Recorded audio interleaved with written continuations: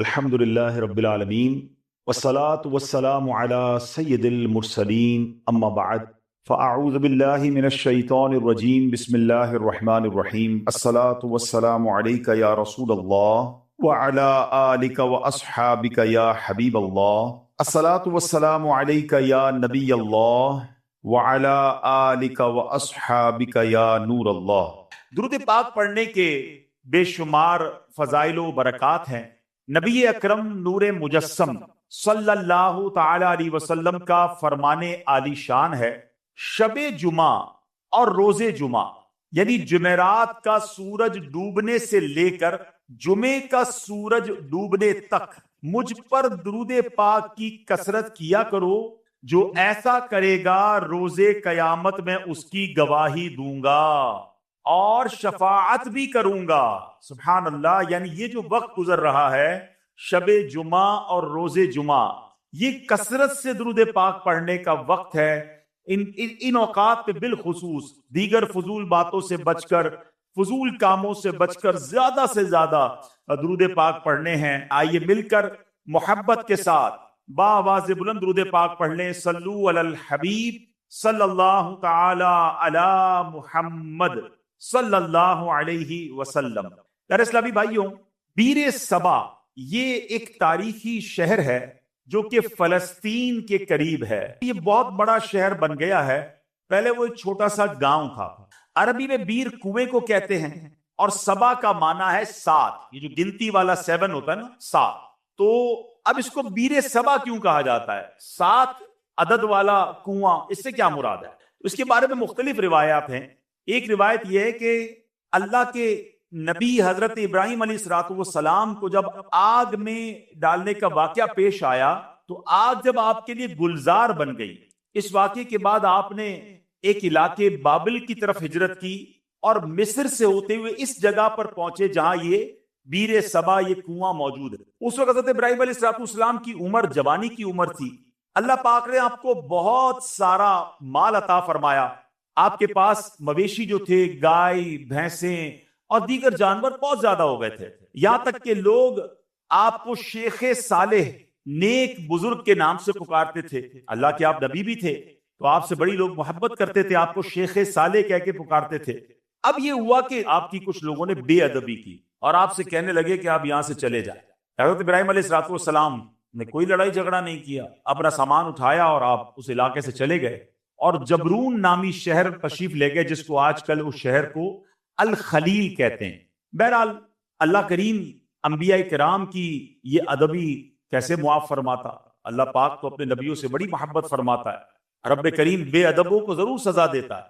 اب کیا ہوا کہ اس علاقے کے لوگوں کو یہ سزا ملی کہ جب وہ اس کنویں کے پاس پہنچے جہاں سے پانی لیتے تھے، وہ سارا کنواں جو ہے وہ سوکھ گیا تھا، بلکہ اس شہر میں جتنے بھی کنویں تھے سارے ہی سوکھ گئے تھے۔ یہ لوگ بڑے پریشان ہوئے کہ پانی کا ایک قطرہ نہیں، کدھر گیا پانی؟ کچھ لوگوں نے کہا کہ شیخ صالح کی بے ادبی کی ہے، اللہ کے نیک بندے کو ہم نے تنگ کیا ہے، یہ ہو سکتا ہے اسی وجہ سے بے ادبی کی ہمیں سزا ملی ہے۔ اب یہ لوگ پھر حضرت ابراہیم کی بارگاہ میں حاضر ہوئے، معافی مانگنے لگے کہ حضور ہمیں معاف کر دیں، ہم نے آپ کو باہر نکال دیا، حضور واپس آ جائیں، اس شہر میں پھر کرم فرمائیں۔ حضرت ابراہیم علیہ السلام نے کہا کہ میں تو نہیں آتا، اب تم میری 7 بکریاں لے جاؤ، ایک ایک بکری کو ایک ایک کنویں کے پاس کھڑی کر دو، جیسے ہی وہ بکریاں کنویں کے پاس پہنچے گی انشاءاللہ کنویں میں پانی واپس آ جائے گا۔ اب یہ لوگ 7 برکت بکریاں لے کر واپس آئے، جو ہی انہوں نے بکریوں کو کنویں کے پاس کھڑا کیا، اللہ کی رحمت دیکھیں، اسی وقت کنویں ابل پڑے اور دیکھتے ہی دیکھتے پانی سے کنویں بھر گئے۔ اسی وجہ سے اس مقام کا نام بیر صبا یعنی 7 بکریوں والا کنواں، یہ نام مشہور ہو گیا۔ میرے پیارے اسلامی بھائیوں، اس واقعے سے کیا سیکھنے کو ملتا ہے؟ پہلے تو حضرت ابراہیم علیہ السلام کی کیا شان ہے، جو ذوالحجہ کا مہینہ ہے، حضرت ابراہیم کی ہمیں یاد دلاتا ہے۔ جتنے حج کے ارکان ہیں اس میں حضرت ابراہیم کی، حضرت اسماعیل کی، بی بی ہاجرہ کی یادیں ہیں۔ صفا مروہ پر جائیں تو بی بی ہاجرہ کی یاد آتی ہے، اور سبحان اللہ آپ ابو الانبیاء ہیں۔ یاد رکھیے حضرت ابراہیم کے بعد جتنے بھی انبیاء آئے اس دنیا میں، سب کے سب حضرت ابراہیم علیہ السلام کی اولاد میں۔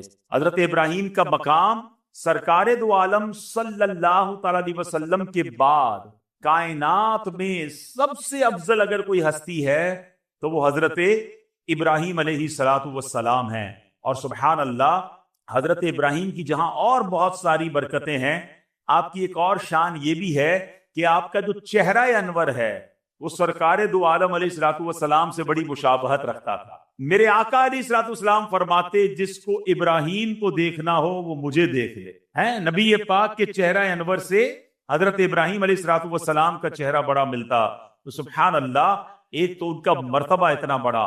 تو پتا چلا کہ اللہ والوں کی، اللہ کے نیک بندوں کی اگر بے ادبی کی جائے تو پھر رب عز و جل برکت اٹھا لیتا ہے، پھر اللہ اسے سزا دیتا ہے.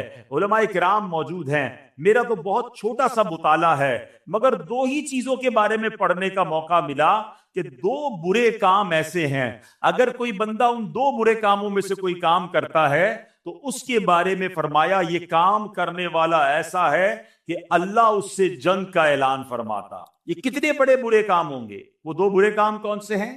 ایک تو سود کا کام کرنے والا، اور دوسرا فرمایا اللہ کے کسی ولی سے جو دشمنی کرے رب اس سے جنگ کا اعلان فرماتا. اب مجھے بتائیے اللہ سے جنگ کر کے کوئی جیت سکتا ہے؟ نہیں نا. تو پھر ہر معاملے میں ہر طریقے سے کسی بھی صورت سود کے قریب نہیں جانا ہے. اب سوال یہ ہے کہ ہمیں کیسے پتا چلے اللہ کا ولی کون ہے؟ یہ ذرا سمجھیے گا میری بات. اللہ نے اپنے اولیاء کو اپنے بندوں میں چھپا کر رکھا ہے. دیکھیں انبیاء تو جن کے نام ہمیں معلوم ہیں وہ انبیاء ہیں، ٹھیک ہے، اور 1,00,000 کم و بیش 24,000 انبیاء جتنے بھی اللہ کے انبیاء ہیں سب پر ہمارا ایمان ہے. اب صحابہ کی بھی ایک لسٹ ہے کہ جنہوں نے نبی پاک علیہ الصلوۃ والسلام کا دور بھی پایا اور ان کا دیدار کیا یا ان کی صحبت اٹھائی، ایمان کی حالت میں ان کا دیدار کیا، یہ صحبت اٹھائی اور ایمان پر ان کا خاتمہ ہوا، وصال ہوا، وہ صحابی ہیں. لیکن ولی کو کیسے پہچانے؟ تو علماء فرماتے ہیں کہ اللہ نے اپنے ولیوں کو لوگوں میں چھپا کے رکھا ہے. ہو سکتا ہے آج شکارپور کے اس اجتماع میں اللہ کے بہت سارے اولیاء کرام موجود ہوں، ہمیں نہیں پتا. تو اب کرنا کیا ہوگا کہ ہمیں ہر مسلمان سے ادب سے بات کرنی ہے، ہر مسلمان سے پیار سے بات کرنی ہے، کسی کا دل نہیں دکھانا. کیا پتا میں کسی کے ساتھ بدتمیزی کروں وہی اللہ کا ولی ہو. اور ویسے ہر مسلمان کے ساتھ بدتمیزی سے بچنا ہے، ادب تو سب کا کرنا ہے، لیکن اللہ کے ولی کے ساتھ تو بیڑا غرق ہو جائے گا نا. تو اپنی زبان کو احتیاط سے استعمال کریں، لوگوں کے ساتھ جو ہے وہ بدتمیزی نہ کریں، کسی پر ظلم نہ کریں، کسی پر زیادتی نہ کریں. ہمیں کیا معلوم اللہ کی بارگاہ میں اس کا کیا مرتبہ ہے. بلکہ احادیث میں یہ مضمون ملتا ہے کہ کچھ لوگ ایسے ہوں گے کہ جو پرا گندا بال ہوں گے، یعنی بال بکھرے ہوئے ہوں گے، کپڑے ان کے اتنے اچھے نہیں ہوں گے، ان کو اپنی محفل میں کوئی نہیں بلاتا ہوگا، نہ آئے تو کوئی نوٹس بھی نہیں کرتا. آقا علیہ الصلوۃ والسلام فرماتے ہیں مگر اللہ کی بارگاہ میں ان کا وہ مقام ہوتا ہے کہ اگر وہ قسم اٹھا لے کسی معاملے پر رب ان کی قسم پوری فرما دیتا. ہم تو عام طور پہ لوگوں سے ملتے بھی ان کے لباس کو دیکھ کر، ہاں یار یہ ذرا رکھ رکھاؤ والا ہے، اس سے ملنا ہے، اس کو ساتھ بٹھانا ہے، نہیں یار اس کے کپڑے میلے ہیں، یہ تو دکھنے میں بڑا غریب لگتا ہے، ٹوٹی ہوئی چپل پہن کر آیا ہے، اس کو کہاں اپنے قریب آنے دوں، اس کے کپڑوں سے بو آ رہی ہے. نہیں، کسی کے لباس، کسی کے حلیے، کسی کی غربت دیکھ کر اس کی بے عزتی نہیں کرنی ہے. سب کے ساتھ پیار سے پیش آئے. ہمیں نہیں پتا اگر وہ اللہ کا ولی ہوا اور کسی معاملے میں ہم سے ناراض ہو گیا نا تو چلتی گاڑی رک جانی ہے، سارے بنے کام بگڑ جانے، کیونکہ رب کا ولی ہے، رب کا دوست ہے. ہمیں نہیں پتا ہم کسی کے ساتھ زیادتی کریں اور پھر جب رب بدلا دے، رب کی قدرت کی طرف سے بدلا آتا تو ہم مارے جائیں گے، ہم تباہ و برباد ہو جائیں گے. تو اے میرے پیارے اسلامی بھائیوں، پہلا مدنی پھول یہ لے کر جائیے، کسی مسلمان کے ساتھ زیادتی نہیں ہونی چاہیے، کسی مسلمان کو تکلیف نہ پہنچائیں. حدیث پاک میں آتا ہے من آذا مسلمن فقط آذانی. میرے آقا فرماتے جس نے کسی مسلمان کو تکلیف دی وہ ایسا ہے جیسا اس نے مجھے تکلیف دی. فرمایا ومن آذانی فقط آذ اللہ، اور جس نے مجھے تکلیف دی وہ ایسا ہے جیسے اس نے اللہ کو تکلیف پہنچا. بات کہاں تک جاتی ہے ایک مسلمان کو تکلیف دینے میں. اب وہ سوچے جو مسلمانوں کو گالیاں دیتے ہیں، وہ سوچے جو مسلمانوں کا مال دباتے ہیں، وہ سوچے جو چوریاں کرتے ہیں، جو زمین پر قبضہ کر لیتے ہیں، جو یتیم بیواؤں کا بلکہ اپنی بہنوں کا ورثہ دبا لیتے ہیں، وہ کیا جواب دیں گے اللہ کی بارگاہ میں؟ کیسے جواب دیں گے؟ تو کبھی کسی کو ہماری طرف سے تکلیف نہ ہو، اس بات کا خیال رکھیں۔ پھر اس واقعے سے ایک اور بات سیکھنے کو کیا ملی؟ سبحان اللہ، کہ تبرکات کی کیا ویلیو ہے۔ حضرت ابراہیم خود نہیں گئے، آپ نے 7 بکریاں بھیج دی، اور جب وہ 7 بکریاں جاتی ہیں اس کی برکت سے سبحان اللہ ان کنووں میں پانی آ جاتا ہے۔ تو پتہ یہ چلا کہ اللہ کے جو اولیاء ہوتے ہیں، رب کے قریب جو لوگ ہوتے ہیں، ان کے قرب والی تبرک والی چیزوں میں بھی بڑی برکت ہوتی ہے۔ ان تبرکات کی برکات سے مشکلات ٹل جاتی ہیں، پریشانیاں حل ہوتی ہیں، دلوں کو سکون ملتا ہے، بیماریاں دور ہوتی ہیں۔ ارے جناب، لوگ کہتے تبرک کی کوئی ریفرنس دیجئے، تبرک کیسے ہو گیا اور تبرک کا کیا جناب کوئی حقیقت ہے؟ ارے آپ نے اگر قرآن پڑھا ہوتا تو یہ سوال کبھی ذہن میں پیدا نہ ہوتا۔ پڑھیے سورہ یوسف، پڑھیے اس کی تفسیر۔ حضرت یعقوب علیہ السلام جب حضرت یوسف کی یاد میں آنسو بہاتے تھے، آپ کی بینائی کا ضعف پڑ گیا، بینائی کمزور ہو گئی، بہت طویل واقعہ ہے۔ حضرت یوسف کو جب پتا چلا، جب آپ مصر کے بادشاہ بن چکے تھے، اللہ اکبر، حضرت یوسف بھی اللہ کے نبی ہیں، ذرا غور سے بات سنیے گا، حضرت یعقوب بھی اللہ کے نبی ہیں، یہ دونوں نبی اللہ سے یقیناً دعا کر سکتے ہیں، مگر حضرت یوسف اپنے بھائی کو کہتے ہیں ایسا کرو، میرا یہ قمیص جو ہے لے جاؤ میرے والد کے پاس، ان کی آنکھوں پر رکھ دینا، اللہ اس کی برکت سے ان کی بینائی کا ضعف دور کر دے گا۔ اور یہ واقعہ قرآن میں بیان ہو رہا ہے۔ اگر تبرک کی ویلیو نہ ہوتی تو حضرت یوسف دعا فرماتے، یقیناً اللہ کے نبی ہیں، وہ دعا فرماتے، اللہ ضرور دعا کرم فرماتا، مگر سبحان اللہ، یہ قرآن کا واقعہ بتا رہا ہے کہ اللہ والوں کی نسبت رکھنے والی چیز میں اللہ کریم نے اپنی رحمتوں سے برکت ڈالی ہے۔ تو تبرک کی اہمیت سمجھیے، اور اللہ والوں کا اگر کوئی تبرک مل جائے تو اس کا ادب کرنا چاہیے۔ ایک جملہ یاد کر لیجئے، با ادب با نصیب، اور بے ادب بد نصیب۔ جو ادب نہیں کرتا اس کو برکتیں نہیں ملتی۔ سبحان اللہ، حضرت ابراہیم کی بات چل رہی ہے، قرآن مجید فرقان حمید میں تبرکات کی بات ہو رہی ہے نا۔ آؤ ایک اور تبرک کے بارے میں بتاتا جس کا ذکر قرآن میں موجود ہے، اور جس تبرک کو دیکھنے کی بلکہ اس کے قریب نماز پڑھنے کی ہر مسلمان کے دل میں آرزو ہوتی۔ اور وہ کون سا تبرک ہے؟ اللہ قرآن میں فرماتا ہے وَاتَّخِذُوا مِن مَّقَامِ إِبْرَاهِيمَ مُصَلًّى، اور اے مسلمانوں تم ابراہیم کے کھڑے ہونے کی جگہ کو نماز کا مقام بناؤ۔ مقام ابراہیم کیا؟ ایک پتھر ہے، حضرت ابراہیم علیہ السلام اس پتھر پر کھڑے ہو کر کعبے کی آپ نے تعمیر فرمائی، اور سبحان اللہ یہ کمال کا پتھر ہے۔ اب دیکھیے آج شکارپور کے اس فیضان مدینہ میں ہم بیٹھے ہیں، اس کی چھت جب بنی ہوگی کسی انسان کا ہاتھ تو نہیں پہنچا ہوگا نا، کوئی نہ کوئی لفٹ لگائی گئی ہوگی، اس کے بعد وہ شٹرنگ لگاتے ہیں، مزدور اوپر چڑھتے ہیں اور چڑھ کر کام کرتے ہیں، اگلا فلور ہو تو ایک اور لفٹ لگائی جاتی ہے، جتنا قد ہوتا ہے وہاں تک بندے کا ہاتھ پہنچتا ہے، اس کے اوپر کے لیے کسی لفٹر کی ضرورت پڑتی ہے۔ سبحان اللہ، 5000 سال سے پرانی بات ہے، جب حضرت ابراہیم کعبے کی تعمیر کر رہے تھے، بتاؤ نا حضرت ابراہیم نے یہ قد سے اوپر پتھر کیسے رکھے ہوں گے؟ سبحان اللہ، تفاسیر میں یہ ملتا ہے کہ جس پتھر پر حضرت ابراہیم کھڑے ہو کر کعبے کی تعمیر کر رہے تھے، حضرت اسماعیل پتھر پکڑاتے جاتے، حضرت ابراہیم پتھر رکھتے جاتے، اور جب یہ دیوار اونچی ہو جاتی مقام ابراہیم بھی اونچا ہوتا چلا جاتا۔ مقام ابراہیم جو پتھر ہے وہ لفٹ کا کام کرتا تھا، وہ اونچا ہو جاتا، آپ اوپر پتھر رکھتے، جب نیچے پتھر رکھنا ہوتا وہ پتھر نیچے آ جاتا۔ سبحان اللہ، یہ کیسا معجزہ ہے۔ بلکہ سنو، 5000 سال کے بعد بھی آج بھی اپنی آنکھوں سے جب آپ مقام ابراہیم کا دیدار کرتے ہیں نا تو حضرت ابراہیم کے قدموں کے نشان آج بھی نظر آتے ہیں۔ اللہ نے اس تبرک کو کیسے باقی رکھا ہے، اس کی حفاظت کا کیسے انتظام کیا ہے۔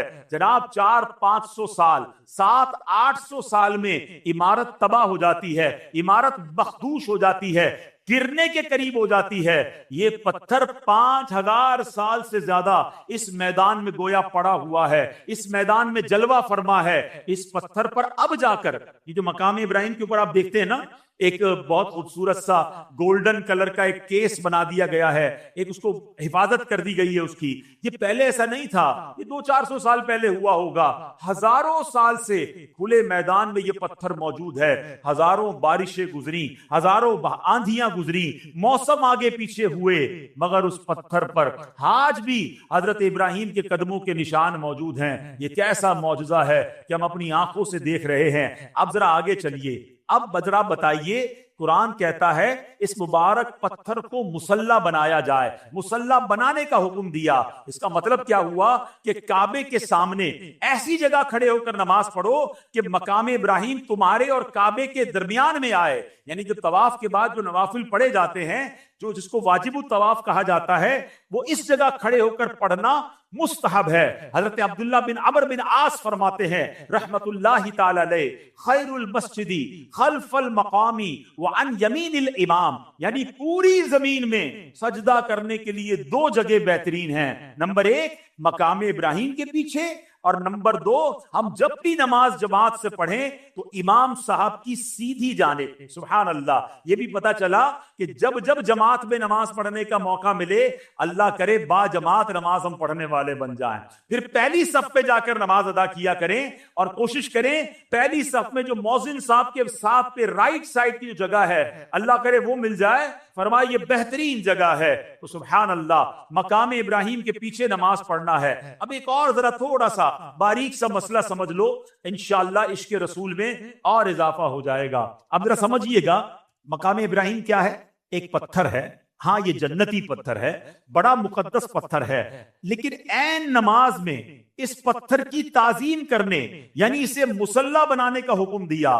اب سوچنے کی بات ہے، علماء بیٹھے ہیں کہ حالت نماز میں ایک پتھر کی تعظیم کرنے سے نماز میں کوئی نقص نہیں آتا ہے، نماز میں کوئی کمی نہیں آتی ہے، نماز ٹوٹتی نہیں ہے، بلکہ نماز مکمل رہتی ہے۔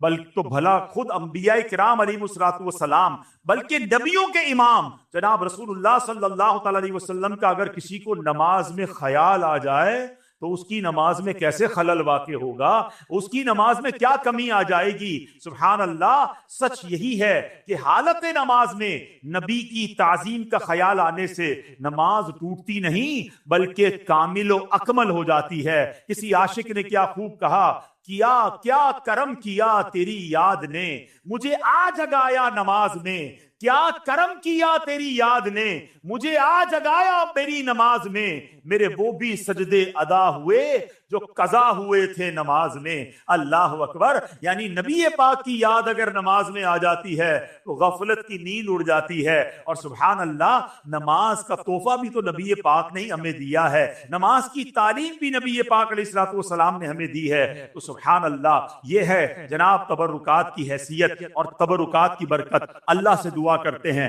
رب کریم ہمیں مکہ پاک کی حاضری عطا فرمائے، حج کی سعادت نصیب فرمائے، مقام ابراہیم کا دیدار نصیب فرمائے، اور مقام ابراہیم کے پاس نماز ادا کرنا بھی نصیب فرمائے۔ ہاں، ایک مسئلہ بتا دیتا ہوں، جب یہ فضیلت سنتے ہیں نا تو ہمارے کچھ حاجی صاحبان سمجھتے ہیں، چاہے وہ عمرے پر جائیں یا حج پہ جائیں، کہ جناب آپ تو بالکل مقام ابراہیم کے پیچھے نماز پڑھیں گے تو نماز ہوگی، ورنہ نماز ہی نہیں ہوگی۔ تو اب اس کے لیے وہ جناب طواف روک کر 4-5 بندے ہاتھ باندھ لیتے کہ نہیں بھائی ادھر ہی نماز پڑھنی ہے۔ اب اس پہ ہزاروں لوگ گزر رہے ہوتے ہیں، اور اب ماشاءاللہ طواف میں تعداد بھی زیادہ ہوتی ہے، تو اگر مقام ابراہیم پر آپ کو جگہ نہ ملے تو حرم پاک میں جہاں بھی جگہ ملے آپ وہاں پر واجب الطواف جو ہے، جو نماز کے نوافل ہیں طواف کے، وہ ادا کر سکتے ہیں، وہ کہیں بھی ادا کر لیں، مقام ابراہیم پر جا کر ادا کرنا ضروری نہیں ہے۔ بہرحال میرے پیارے اسلامی بھائیوں، حضرت ابراہیم کا ذکر خیر ہو رہا ہے۔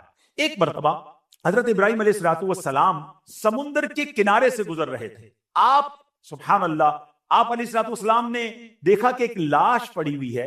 حالت یہ ہے کہ سمندر کی مچھلیاں بھی اس سے نوچ رہی ہیں اور پرندے بھی اس کا گوشت کھا رہے ہیں۔ یہ دیکھ کر حضرت ابراہیم علیہ الصلوۃ والسلام کو بڑی حیرت ہوئی۔ ویسے حضرت ابراہیم علیہ الصلوۃ والسلام کا ایمان اور یقین کتنا پختہ تھا، اس پر تو کوئی کلام نہیں ہو سکتا۔ آپ جیسا کامل ایمان والا کون ہو سکتا ہے؟ یہ تو صرف ایک حیرانی تھی کہ یہ لاش جب کئی سارے ٹکڑوں میں بٹ گئی ہے، اس کا کچھ گوشت مچھلیوں کے پیٹ میں چلا گیا ہے، کچھ پرندوں کے پیٹ میں چلا گیا ہے، کچھ پانی میں لگ کر گل گیا ہے، ایک لاش کے اتنے سارے ٹکڑے بٹ گئے ہیں، قیامت آنے میں ابھی صدیاں باقی ہیں۔ حیرت کی بات یہ کہ اللہ کیسے قیامت کے دن مردوں کو زندہ کرے گا اور یہ سارا گوشت جو اس کے جسم پر واپس آ جائے۔ سبحان اللہ، آپ نے رب کریم کی بارگاہ میں سوال کیا، رب ارنی کیف تحیی الموتى، اے میرے رب تو مجھے دکھا دے کہ تو مردوں کو کس طرح زندہ فرمائے گا۔ اللہ اکبر، اب آپ کا ایمان تو مضبوط ہے مگر آنکھوں سے دیکھنا چاہتے ہیں، اس پر کوئی اعتراض کر سکتا تھا کہ شاید حضرت ابراہیم کو کوئی شک تھا، لہذا اللہ پاک نے حضرت ابراہیم علیہ الصلوۃ والسلام کی زبانی ہی جواب دلوایا۔ ارشاد ہوا اولم تؤمن، کیا تجھے یقین نہیں؟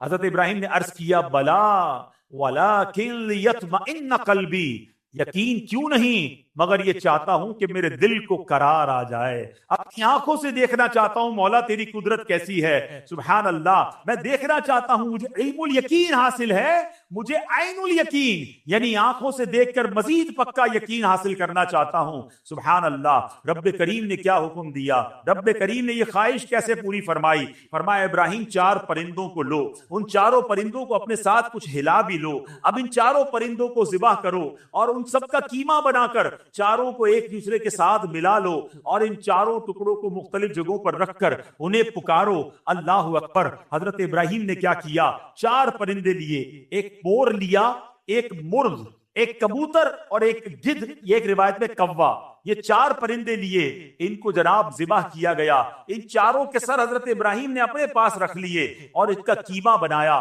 قیمہ بنا کر 4 پہاڑوں پر الگ الگ رکھ دیا، کتنا مکسچر ہو چکا ہے۔ اور اب حضرت ابراہیم پکارتے ہیں اے کبوتر، اے مور، یا ایتھا الحمامہ، یا ایھا الدیک، آپ نے اپنی آنکھوں سے دیکھا کہ وہ قیمے کے اجزاء اڑنے لگے اور سارے پرندے دوبارہ بن گئے، سر نہیں ہے مگر دوڑتے ہوئے آئے اور حضرت ابراہیم کے پاس جو سر رکھے ہوئے تھے اپنے اپنے سر کو گویا اپنے سر میں لگایا، اپنی گردن میں لگایا اور وہ دانا چگنے لگے، پھر سے زندہ ہو گئے۔ اللہ اکبر۔ اللہ کریم نے حضرت ابراہیم کے سامنے اپنی قدرت کا کیا شاندار نظارہ دکھایا، یہ واقعہ قرآن میں موجود ہے، مگر سبحان اللہ اس واقعے سے ہمیں بہت ساری باتیں سیکھنے کو ملتی ہیں۔ پہلی بات تو یہ سیکھنے کو ملی ہے کہ میرے رب کی قدرت کیسی ہے، میرا رب جو چاہے وہ کرنے پر قادر ہے، ان اللہ علی کل شیء قدیر۔ اور دوسری بات کہ حضرت ابراہیم نے پرندوں کو پکارا، قرآن کہتا ہے اے ابراہیم ان پرندوں کو پکارو،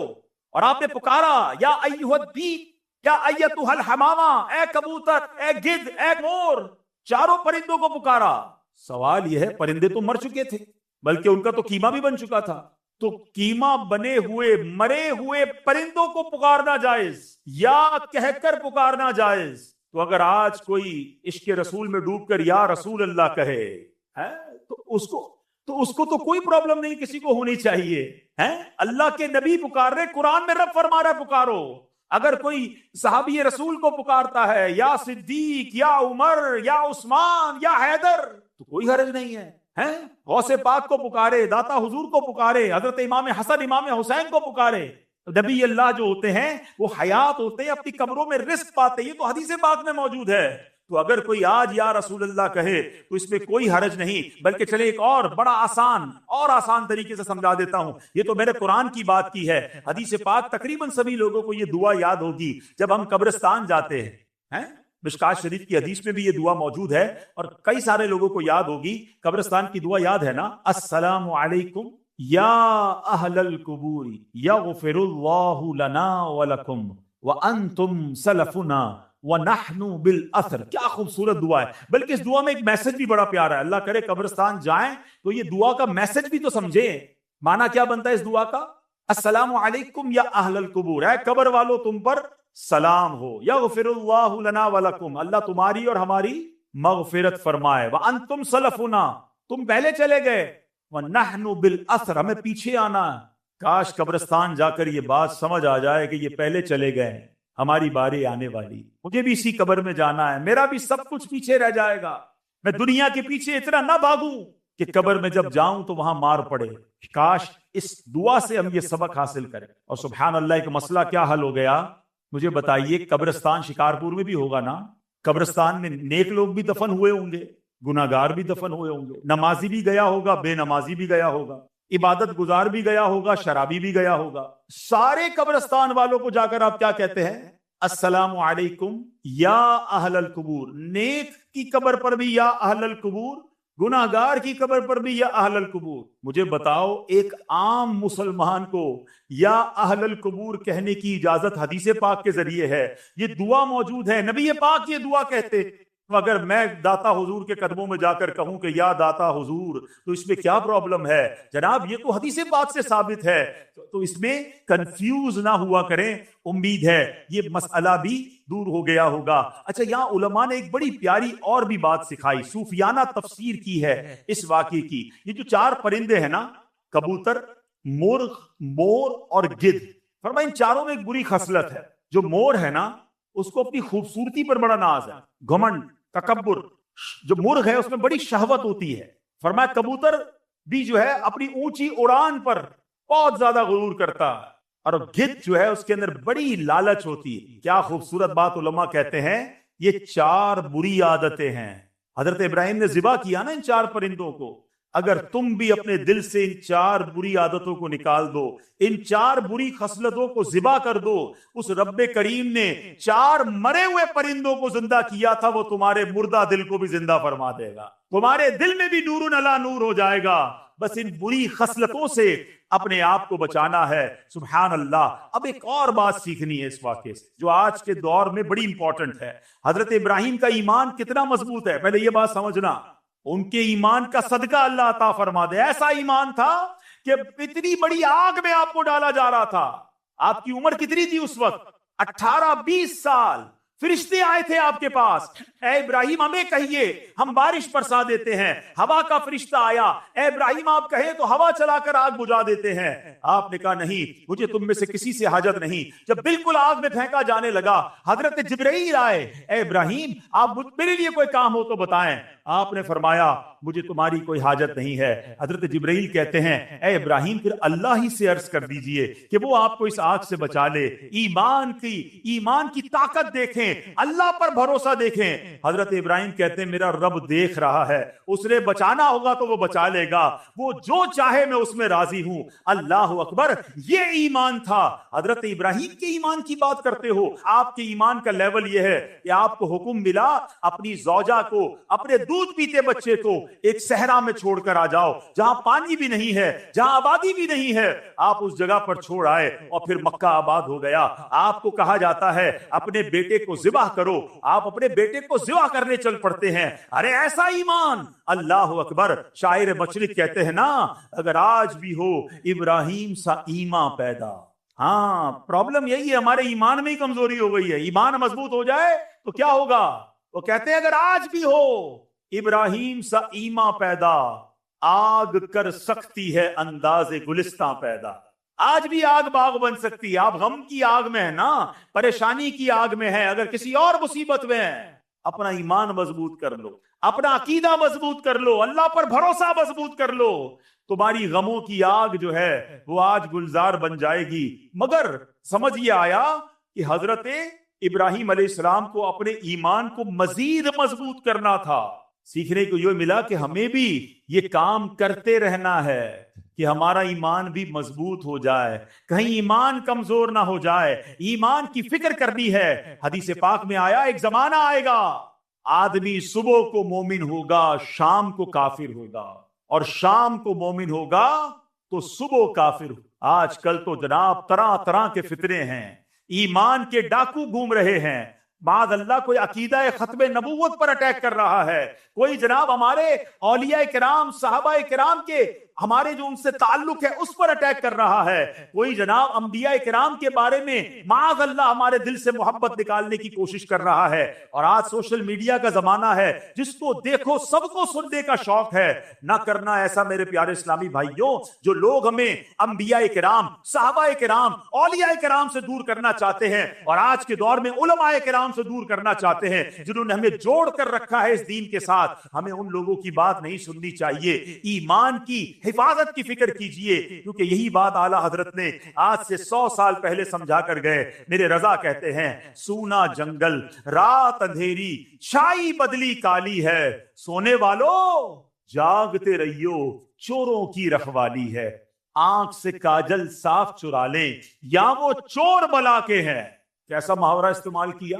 آنکھ سے کاجل کون چرا سکتا ہے؟ آنکھ کے اندر ہی کاجل ہوتا ہے نا۔ کہاں بڑے مکار چور ہیں، ایسی چالیں لے کر آئیں گے، دین کی بات کر کے تمہارا دین لے جائیں گے، ہیں علم کی بات کر کے تمہیں علم دین سے دور کر دیں گے، تمہیں کہیں گے قرآن ہی تو سنا رہا ہوں، مگر تمہیں اللہ رسول کی محبت سے عاری کر دیں گے۔ اے میرے پیارے اسلامی بھائیوں، اب جاگنے کا دور ہے، سمجھنے کا دور ہے۔ کیا کہتے ہیں؟ آنکھ سے کاجل صاف چرا لیں، یا وہ چور بلا کے ہیں، تیری گٹھڑی تاکی ہے اور تو نے نیند نکالی ہے، ارے تیرا ایمان چھیننے آئے ہیں اور تو غافل ہو گیا ہے۔ تو اے میرے پیارے اسلامی بھائیوں، حضرت ابراہیم کا یہ واقعہ بتا رہا ہے کہ ایمان کو اسٹرینتھن کرنے کے لیے، ایمان کو مزید مضبوط کرنے کے لیے ہمیں سوچنا ہوگا۔ پہلے کے دور میں فتنے کم تھے مگر ایمان بچانے کی لوگوں کو فکر زیادہ تھی۔ آج کے دور میں فتنے زیادہ ہیں، ایمان کے لٹ جانے کا جناب سبب زیادہ ہو گئے، مگر لوگ ایمان کی حفاظت کی فکر نہیں کرتے۔ آپ مجھے ایک بات بتائیں، اگر ہمارے پاس کوئی قیمتی چیز ہو، اس کی حفاظت کی کتنا سوچتے ہیں؟ کسی کے پاس اگر مثال دیتا ہوں، قیمتی موبائل ابھی جیب میں ہوگا تو ہر تھوڑی دیر بعد اپنے جیب پہ ہاتھ لگاتے ہیں، یار موبائل ہے کہ نہیں ہے، کہیں چلا تو نہیں گیا۔ کوئی موٹر سائیکل قیمتی بار کھڑی کر کے آیا ہوگا یا گاڑی، اس کا دھیان بار بار جاتا ہوگا، یار لاک صحیح لگایا تو نہیں لگایا تھا، کیونکہ قیمتی ہے۔ سونا ہو، پیسے ہوں اور تالے کے اندر گھر میں یا بینک میں رکھواتے ہیں۔ مجھے بتائیں، ہم سب کے پاس سب سے زیادہ قیمتی چیز کیا ہے؟ بتائیے نا۔ ایمان سے بڑھ کر کچھ نہیں ہے۔ ساری دنیا کی دولت کسی کے پاس ہو اور ایمان نہیں، اس سے بڑا غریب کوئی نہیں ہے۔ اور میرے پاس کچھ نہ ہو، ایمان ہو، تو مجھ سے بڑا امیر کوئی نہیں ہے۔ کیوں؟